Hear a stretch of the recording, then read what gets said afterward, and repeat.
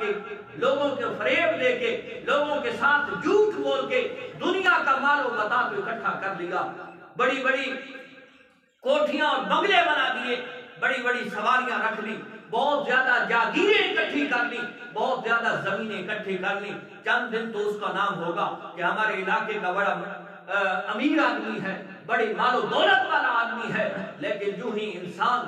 کفن کے اندر لپٹ کے اس کو قبر کے اندر پہنچاتے ہیں، نہ وہاں بڑی گاڑی نے کام آنا ہے، نہ وہاں جاگیروں نے کام آنا ہے، نہ بڑے بزنس نے کام آنا ہے، نہ وہاں کوٹھیوں نے کام آنا ہے، وہاں کام آنا ہے تو اس عبادت نے کام آنا ہے کہ جو رب کے حضور وہ کرتا رہا ہے۔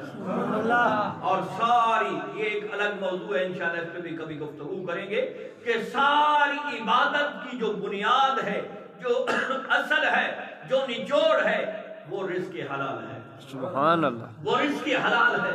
بندہ 100 رکعت نفل ہر رات کو پڑھتا رہے، لیکن اس کے جسم کے اندر جو لقمہ پہنچا ہے وہ حلال نہیں، حرام کا پہنچا ہے، تو وہ 100 رکعت نفل اسے کوئی فائدہ نہیں دے سکتے۔ بلکہ قرآن کی نص ہے، میرے مصطفیٰ فرماتے ہیں کہ رب تعالیٰ قرآن کے اندر یہ بیان فرماتا ہے کہ لوگوں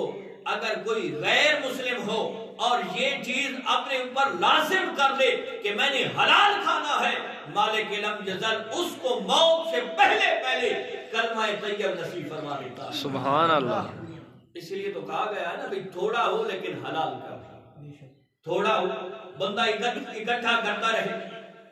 اور اگر اسی پہ تھوڑا سا بندہ سوچ لے نا، جس اولاد کے لیے بندہ حلال و حرام کی تمیز بھول جاتا ہے، صرف لوگوں کے ساتھ فراڈ کرنا ہے، فریب کرنا ہے، لوگوں کو دھوکہ دینا ہے، جھوٹ کر کے اس رزق کما کے پھر اس اولاد سے فرما برداری کی امید رکھنا، یہ کہاں کی دانش مندی ہے، کہاں کی عقل مندی ہے؟ آپ بے شک انہیں سونا ہی کھلائیں، حرام کا کمایا ہوا سونا ہی کھلائیں صبح شام، وہ آپ کی فرما بردار نہیں ہوگی۔ اور اگر حلال کی روکھی سوکھی روٹی اسے شام کو ایک لقمہ بھی ملے